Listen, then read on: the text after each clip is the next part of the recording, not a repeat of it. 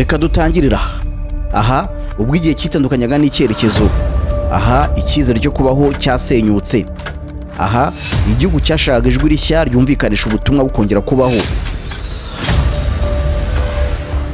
Imyaka 31 irashize twibohoye, ariko hari indi mpinduramatwara irimo kubaho bucece, nta ntwaro nta ntambara, kandi iri kwinjira hose mu mirima y'abahinzi, mu mashuri, mu biro bya leta no mu mifuka y'abacuruzi bato. Ni revolution y'inyuguti na kode, y'imirasire y'izuba n'udushya. Ni revolution y'ubumenyi bushingiye ku ikoranabuhanga. Iyi ni revolution ya kabiri iyo twise ikoranabuhanga mu rugendo rwo kwibohora. Ndarota ahantu nzajya mbona nk'umuturage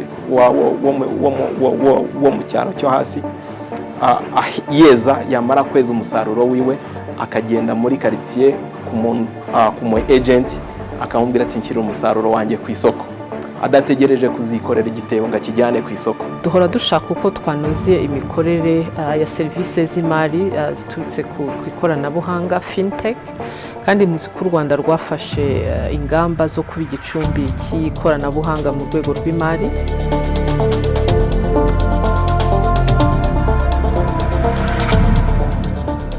Kwibohora ku nshuro 31 ntabwo ari amateka y'uko amahoro n'umutekano byagarutse mu gihugu gusa, ahubwo ni inkuru y'uko ikoranabuhanga ryahinduye icyerekezo cy'iterambere.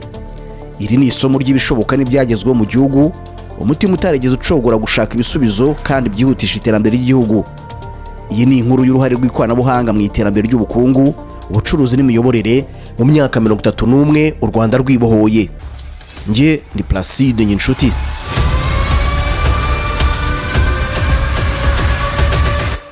Mu 1994 muri jenoside yakorewe Abatutsi, u Rwanda rwageze harindimuka. Igihugu cyari cyasenyutse, abarenga miliyoni basize ubuzima, ndetse n'abarokotse basigara nta cyizere cy'ejo hazaza. Bamwe bari bafite ibikomere by'umubiri, abandi barakomerekeye mu mitima. Icyo gihe u Rwanda rwari mu mwijima, ejo hazaza ari mu gicuku. Ariko muri uwo mwijima haturutsemo icyizere, havutse abantu bashya bafite icyerekezo, ubushake, ukwemeza no kwizera. Ni u Rwanda rushya, u Rwanda rw'icyitegererezo muri Afurika, nk'igihugu gifite umuvuduko w'iterambere ku buryo butangaje. Kwibohora ntabwo byari gusa guhagarika jenoside yakorewe Abatutsi mu 1994, kwari gutangira urugendo rushya. Ubu u Rwanda rurimo kuyobora indi revolution y'ikoranabuhanga. Byaturutse ku migambi n'intego bihamye, byabanjirijwe no gushyiraho ibikorwa remezo bifasha igihugu n'abagituye kubona ikoranabuhanga rigezweho. Ubu u Rwanda ari kimwe mu bihugu bya Afurika bifite icyerekezo gikomeye mu ikoranabuhanga. Ntabwo ari ibyabaye gutyo gusa, ni igitekerezo cyatekerejweho, kirategurwa, kirubakwa, gishyirwa mu bikorwa, kandi bishyigikiwe n'ubuyobozi bwite bwa leta. For now, technological development is concentrated. Kuri ubu iterambere mu ikoranabuhanga riracyari mu bihugu bike. Afurika ntikwiye gusigara inyuma, nanone igerageza gushaka uko yafata abandi aho bageze. Tugomba guhaguruka, tugafatanya, ndetse tugahiganwa kubera ko bidufitiye inyungu kubikora. Ni nayo mpamvu turi hano. It is in our best interest to do so. That's why we are here. Mu by'ukuri hari intambwe tumaze gufata, duhereye aho ishoramari ryaba irya leta cyangwa abikorera bashize mu ikoranabuhanga, cyane cyane mu mpera muri 2000, aho hajyagaho ingamba cyangwa politike yo kuvugurura amategeko menshi yarajyanye n'ubucuruzi ndetse n'ikoranabuhanga cyangwa itumanaho icyo gihe uko ryari rimeze. So habanje kujyaho nkuko bamwe muri twe tubizi, habanje kujyaho ishoramari mu burezi, bwo amashuri yisumbuye, aho twabonye KIST ikaba ariyo yariyo foundation cyangwa umusingi cyane cyane waje udufasha. Ariko nyuma yaho ibikorwa remezo byagiye bikwirakwira igihugu cyose, ndetse uyu munsi tukaba tuzi ko ikoranabuhanga riri ku murenge no ku tugari. Murandasi yarahageze, abashaka serivisi barabasha kujya hafi yaho. Serivisi za leta iz'abikorera zibegereye, bikaba rero mu bucuruzi twebwe uko tubibona mu buryo bw'uko serivisi yegereye umuturage, ndetse n'ushaka kumugezaho icyo ashaka kumugezaho yakimugezaho. Uru rwego rw'ikoranabuhanga rwarafashije cyane, kuko nidusubira inyuma imyaka 30 turabona nta interineti ihari mu bantu bose, turabona za telefone zo mu butaka ngo zacitse, turabona nta ibyo bita fiber backbone mu gihugu zari zakajyamo, n'ibindi byagiye biza. Mobile money nta yari ihari, kohereza amafaranga wagombaga kuva i Kigali ukajya Rubavu.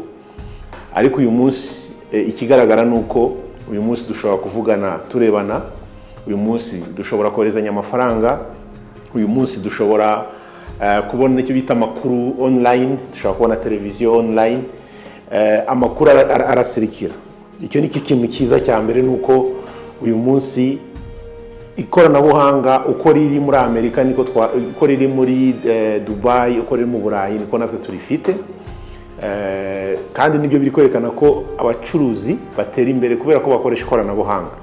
Icyo ni ikintu cya mbere twishimira ko uyu munsi hari ibyo bita ibikorwa remezo by'ikoranabuhanga. Ikoranabuhanga rikaba ryaratugezeho.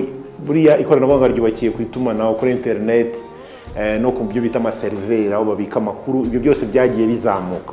Ntabwo navuga ko muri iyo myaka yose twari 30 ariko ikoranabuhanga ryari rimeze neza, aho ritangiriye kumera neza, imibare yari ihuse cyane bijyanye no gutanga serivisi.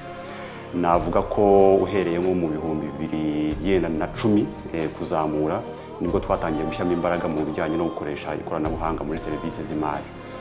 Akamaro karimo rero karakomeye cyane. Ikintu cya mbere kirimo nuko abantu bamenya gukoresha serivisi z'imari, bakoresha amatelefoni n'ubundi buryo butandukanye. Ngo haba harimo gutanga serivisi, ariko n'umuntu akamenya gukoresha ikoranabuhanga, akamenya uburyo serivisi z'imari zikoreshwa. Ngo haba harimo umuturage kwihugura kumenya serivisi z'imari. Icya kabiri kirimo ni ukugabanya igihe, urugendo umuntu agenda ajya gushaka serivisi z'imari bikamutwara igihe kinini n'amasaha menshi. Kuko iki gihe aho tugeze ikoranabuhanga, umuntu akoresha telefoni yaho aherereye, akanyura mu byo twita USSD code, akaba yashobora kumenya amafaranga ari kuri konte ye, cyangwa se akayasunikaho cyangwa akayakuraho, akayabikuza aho aherereye. Urumva ko icyo gihe biba byagabanyije umwanya, komeza kwikorera imirimo yakoraga, niba ari ubuhinzi, niba ari ubworozi, cyangwa se gufasha mu rugo. Icya gatatu ni ikijyanye n'ikiguzi. Iyo dukoresha ikoranabuhanga bigabanya ikiguzi cy'umuntu ushaka kwizigamira cyangwa kujya gushaka serivisi z'imari. Ubwo ni ukuvuga ngo niba yashaka kwizigamira amafaranga 1000, hari igihe bimusaba gukoresha 500 kugira ngo ajye kuzigamira 1000. Ibi byose rero byagiye bigabanuka bikavaho. Urakoresha telefoni yawe, ujye hafi aho ngaho hari mu agent wa mobile money, noneho uyabikuze cyangwa uyabitse kuri telefoni yawe, bikagabanya ya mafaranga y'ikiguzi. Ibyo rero bituma amafaranga yizigamirwa abaturage azamuka, kubera ko ntabwo harimo gukoresha amafaranga ku matike kuri moto, ku igare cyangwa mu modoka. Ikindi kirimo noneho ni ku bigo by'imari ubwabyo, harimo gutanga serivisi zihuse, ku buryo umuntu ushobora kumuha serivisi niba asabye inguzanyo, ashobora gusaba inguzanyo, ukaba wakwiga kuri dosiye ye binyuze mu ikoranabuhanga, ukaba wamusubiza bikihuta kuruta uko baza bagatonda umurongo. Ikindi navuga ni ikijyanye noneho no kugenzura imikorere. Iyo hagiyemo ikoranabuhanga, imikorere imera neza cyane. Tuba dufite icyizere ko serivisi baha umuturage yizewe mu gucunga amafaranga ye, kubera ko nta muntu umwe ushobora kugenzura ngo yemeze, ikoranabuhanga rirabigenzura. Icyo gihe rero duha icyizere n'umuturage akagira icyizere cyo gukorana n'ikoranabuhanga.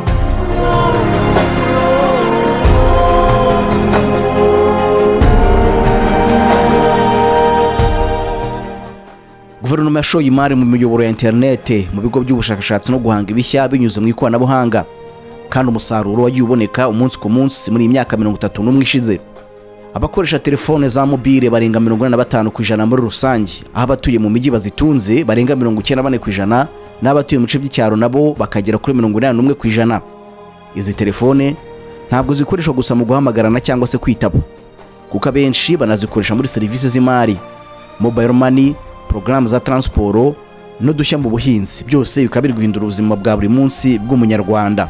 Mobile money ni ya mbere kuko mbere twajyaga kugura amayinite, ariko ubu ngubu bite kimba nyafite kuri mobile money nawe ngijya kugura amayinite n'umuriro mbitangwigurira. Cyasaba ngo umuntu ukeneye nk'indi serivisi nk'amafaranga nyafite nyanga ahita nyamwoherereza. Mobile money ndayikoresha cyane kandi iradufasha cyane. Ngambire wabaga ushaka kohereza amafaranga cyangwa se umuntu ashaka kohereza amafaranga tukajya ku ba agenti, inahana n'aba agenti babagaho, ariko ubu ngubu telefone turazifite, utawohereza amafaranga kuri telefone. No kohereza amafaranga gusa sukora cyangwa uranizigamira? Ndanizigama ngagucya nyine wohereza make hagasigara ayandi nawe bakakohereza, ubuzima bugakomeza. Mobile money ituma niba mugenzi wanjye ari Gisenyi mwoherereza amafaranga cyase mu rwego rwo kugura sinya yage ngayabikaho ejo nkazayabikura cyangwa ejo bundi ngakoresha umushinga runaka.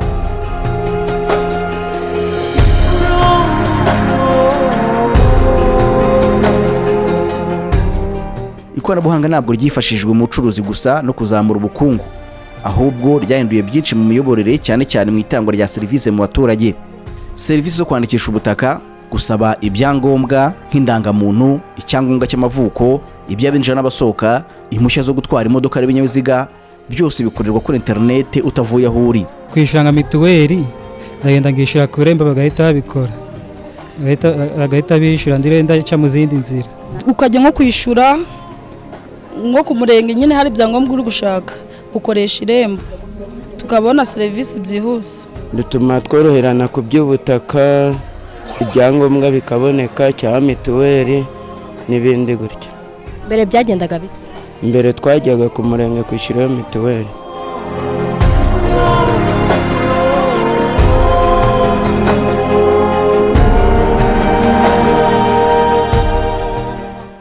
U Rwanda ruri mu nzu yo guca burundu ikoreshwa ry'impapuro mu rwego rwo kubungabunga ibidukikije no kwimakaza ikoranabuhanga muri serivisi zose zitangwa na leta.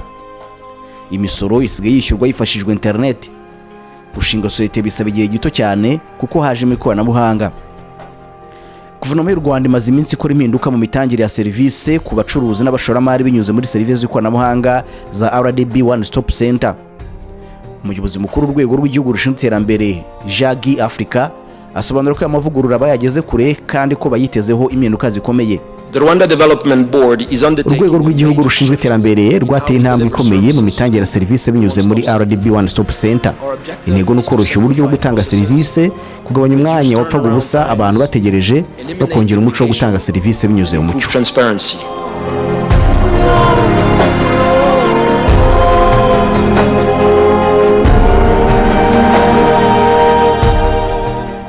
Ubuyobozi bw'urubuga Irembo ruri kwifashishwa mu guhuriza hamwe serivisi zose zitangwa n'inzego za leta, busobanura ko babanje guhuriza hamwe serivisi zikunze gukenerwa na benshi. Twabaye dutangiriye kuri serivisi zisabwa na benshi nk'abatunganya ibikomoka ku buhinzi, abari mu bucukuzi bw'abanyagaciro, imyubakire n'imiturire, inganda zikora ibikoresho bitandukanye, muri serivisi z'imari ndetse n'ubukerarugendo. Intego y'amavugururwa yose ari gukorwa mu mitangire ya serivisi nuko aruguriza hamwe serivisi zirenga 160 zatangirwaga mu bigo birenga 24 bya leta. Byose bigahurizwa hamwe, bigatangirwa hamwe kandi mu gihe gito gishoboka. Technology cyangwa se ikoranabuhanga mu by'imari bifite contribution nini cyane mu iterambere ry'igihugu. Urebye mu myaka 30 turangije ndetse n'indi myaka iri imbere, ariko twikije cyane ku myaka 30 turangije, igihugu cyacu uyu munsi ni icyitegererezo ku bijyanye n'ikoranabuhanga mu mari. Turi kubona kampani nyinshi zavutse mu gihugu zahinduye ubuzima bw'abanyarwanda, ariko nanone bigakora icyo twita nka civilisation muri digital economy cyangwa se muri finance technology. Kuko iyo tuvuga microfinance sector cyangwa se services zitangwa n'ibigo by'imari iciriritse, tuba tuvugamo na biriya bigo binini izo twita microfinance limited companies. Ariko noneho ubu ngubu hajeho noneho n'umurenge sako uko ari 416 mu gihugu hose. Ubu tuvugana bamaze bose kubona ikoranabuhanga uko ari 416. Icyo bisobanuye rero ni iki? Mu mwaka umwe cyangwa se mu myaka nka 10 ishize guhera mu 2009 2010 imirenge isa kutangira bakoreshaga impapuro bimusaba ko agenda ibirometero 5 akajya kubitsa kubikuza gusaba inguzanyo urumva icyo gihe hari ikibazo gikomeye cyane ni nayo mpamvu wasangaga benshi bari mu bimina bayabitsa aho ngaho hafi bikaborohera ubu rero iri koranabuhanga kuba rihari ryemerera umuntu kubitsa atagiyeyo kubikuza atagiyeyo kureba amafaranga ari kuri konte ye gusaba inguzanyo mu buryo butandukanye bigiye noneho kwihutisha mu buryo budasanzwe uburyo abanyarwanda bizigamira uburyo basaba inguzanyo uburyo bagira n'icyizere no gukorana n'ibyo bigo by'imari hari n'ikindi kintu gitandukanye gihari umuturage burya ababizi neza umutekano w'amafaranga ye iyo ibigo by'imari bidakoresha ikoranabuhanga haba harimo kutizera umutekano w'amafaranga ahantu aherereye kuko umuntu ashobora gukina n'impapuro amafishe udutabo ariko kubera icyo cyizere imibare irimo irazamuka niyo mpamvu tujya umurenge sako gahunda ijya gutangira hari habanje gukorwa ubushakashatsi bwitwa Finiscope Survey muri 2008 niyo ya mbere yakozwe ikorwa buri myaka ine twasanze 21 gusa y'abanyarwanda bakuze ari begeraga serivisi z'imari ariko ko tugenda ikoranabuhanga rigenda rizamuka imibare yagenda izamuka ku buryo raporo iheruka ya 2024 yerekana ko bageze kuri 96 nta kindi kibikora ni ikoranabuhanga rituma bagira icyizere bituma bashobora kwegera serivisi z'imari aho bashakiye ubu noneho kubera ikoranabuhanga ryaje hagiye kujyamo imikorere itandukanye n'urugero hagiye kujya hajyamo nka izo tuzita products digital financial products aho dushobora kumenya noneho uyu muntu usaba inguzanyo agiye gukora iki niba ari mu buhinzi ubuhinzi ashaka gukora bw'ibirayi ibigori umuceri aha ashaka guhinga birakunda ikirere kimeze neza izi systeme zizajya zibigenzura noneho bamugira inama muri ati no genda uhinga imbuto nibwo bizakunda urumva bizatuma abaturage bagirira icyizere ibigo by'imari bagende babigana barushaho kwiteza imbere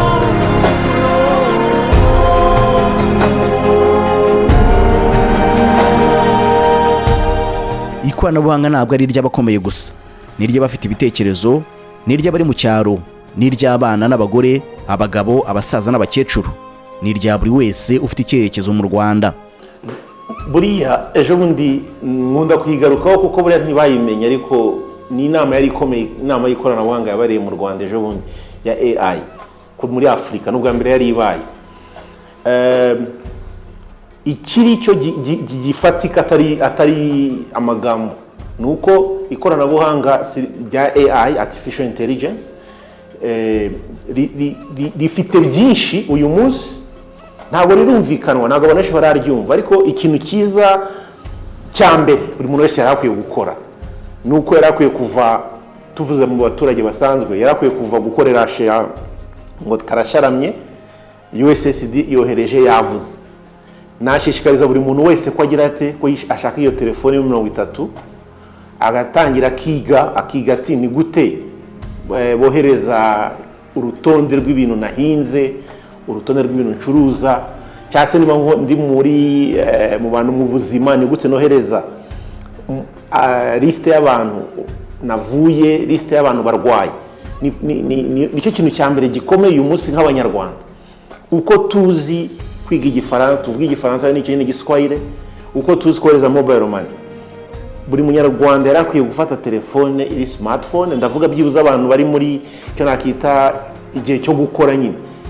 icyo cyaba ari igishoro cya mbere nabonye hari n'ibintu byatangije byo kuzigeza ku bantu ariko tugumye tubikoreho ku buryo ariko nawe ubwawe wifata telefone ureba YouTube ureba WhatsApp reba uti nkora iki ku buri wese afite icyo akora umushoferi buriya ashobora gushyiraho akantu kuri telefone ye abakozi atwara ntibajye ntibahore bamuhamagara so ariko ibyo na minisiteri y'ikoranabuhanga natwe nka PSF twabikorana ni gute twatangira ku buryo buri munyarwanda agira icyo nakita nka application eshanu irimo y'amafaranga donc banking y'ubuzima ni gute ubuzima buri ubuzima bwacu dushobora kubumanaginga ibintu byinshi biba ntibibe buri munyarwanda aramutse yumvisha ikoranabuhanga rigendanye n'ibyo bintu akabonamo amakuru bikamurinda kurwara education ni gute tugira ko buri munyarwanda dushobora kumwigisha yaba we yaba umuryango we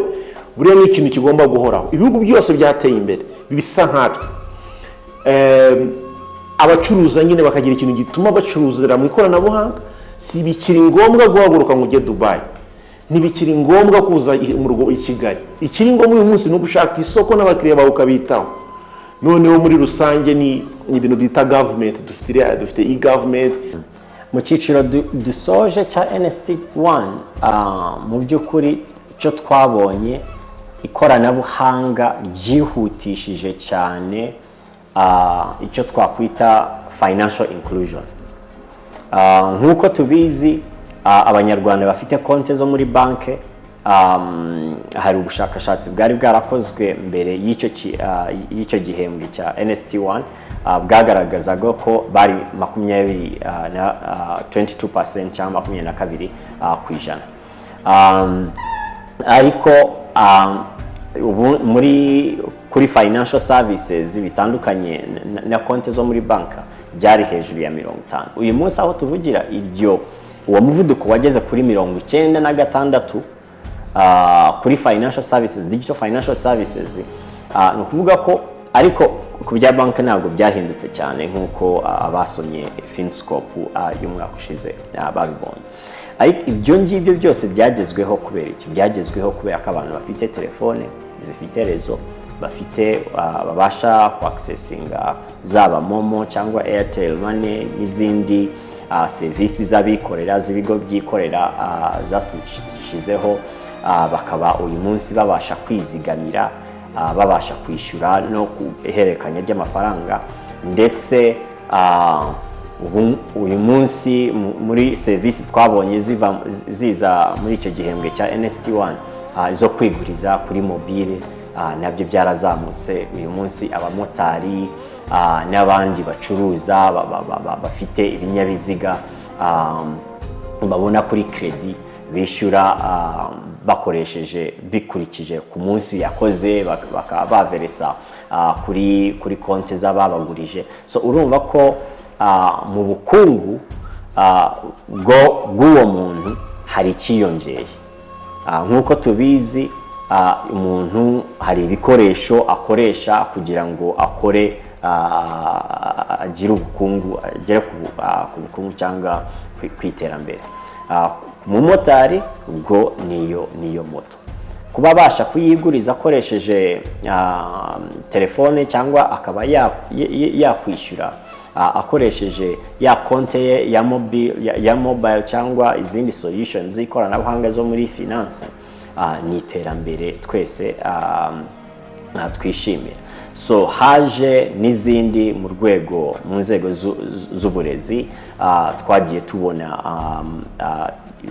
logiciel cyangwa solutions zitandukanye zo mu burezi zihutisha abanyeshuri kumenya, kwiga, gusobanukirwa, ndetse rimwe na rimwe ugasanga noneho bari kwigira n'ahantu kera wagombaga gufata indege cyangwa wagombaga gufata bisi, ariko kubera interineti na za mudasobwa n'izindi bagiye babona bikiyongera. Kare mu gitondo narindi gusoma raporo twakoze ubushakashatsi ku banyarwanda babona cyangwa bakora akazi bifashishije murandasi cyangwa online digital labor markets. Hagati ya 2019 2019 n'uyu munsi 2025 turi kubona yuko harimo abanyarwanda bagera kuri 1460 cyangwa 70 bitabira, kandi ubwo ngubwo ni kuri platform imwe, ntabwo twagiye ku ma platforms yose yitwa Upwork. Abakoreraho abashakiraho amafaranga, batanga serivisi z'ubumenyi zishingiye ku bumenyi, aho bakora akazi gatandukanye, kaba mostly harimo software developers cyangwa aba developer nk'uko tubazi, n'abandi ba engineers. Bikaba bigeze hagati y'iyo myaka mvuze bageze kuri miliyoni z'amadolari 6 kuri ba bantu cya 1,400. Ariko hakabamo 20 bahiga abandi. Average ugasanga umuntu yakoreye wakoze menshi, yarakoreye hafi ibihumbi 200 by'amadolari muri icyo gihe. So ibyo mu guhanga akazi rero tumaze kubona yuko ukuyeho companies ziri ahangaha zashinze imizi zikriya akazi aho tuza ukajya mu biro, ariko hari n'akandi kazi kenshi kari gukorwa n'abanyarwanda bagakorera sosiyete zo hanze, kandi nabyo nibyo dushimira kubera ibikorwa remezo bihari, ndetse na viziyo yaje yo guteza imbere umunyarwanda ndetse yo kumuha amahirwe kuba yajya kuroba mu nyanja y'isi yose aho amahirwe ari nta kintu kimuhagaritse.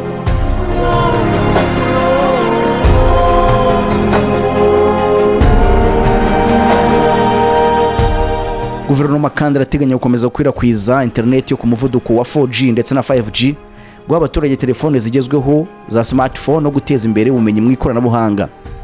Kwibohora ntabwo byarangiriye ku rugamba rwo kubora igihugu. Kwibohora byari kugira ijambo mu bukungu. Kuri ubu guharanira ubwisanzure bisigaye bikorerwa kuri murandasi, kuri mudasobwa, ikoranabuhanga ry'utudege tutagira abapilote tuzwi nka drone, no muri porogaramu ziteye imbere kandi zigezweho zigamije guhindura ibintu ugereranyije n'uko byakorwaga hambere. Imyaka 31 irashize u Rwanda rwibohoye. Ubu igisigaye nuko kubaka ubumenyi n'ubwisanzure bishingiye ku ikoranabuhanga n'ubukungu kuri munyarwanda wese. Number one is digital infrastructure. Without reliable high-speed internet and icyambere ni ibikorwa remezo by'ikoranabuhanga. Udafite internet yihuse ndetse n'imiyoboro ishamikiye kuri yo, ikoranabuhanga ry'ubwenge buhangano ntiryaba rigishobotse. Icya kabiri ni ukubaka abakozi bacu kugira ngo bajyane n'ibisabwa n'isoko ry'umurimo. Izingiro ry'ibi ni uko Afurika ikeneye ibigo byayo bibika amakuru ndetse n'abahanga mu by'ikoranabuhanga, kandi mu by'ukuri Afurika irabafite. Mu Rwanda twashyizeho ibigo bitandukanye by'icyitegererezo bityaza abato mu kugira ubumenyi bukora ku kazi. In Rwanda, we have established several centers of excellence to equip our young people with the skills to perform these jobs.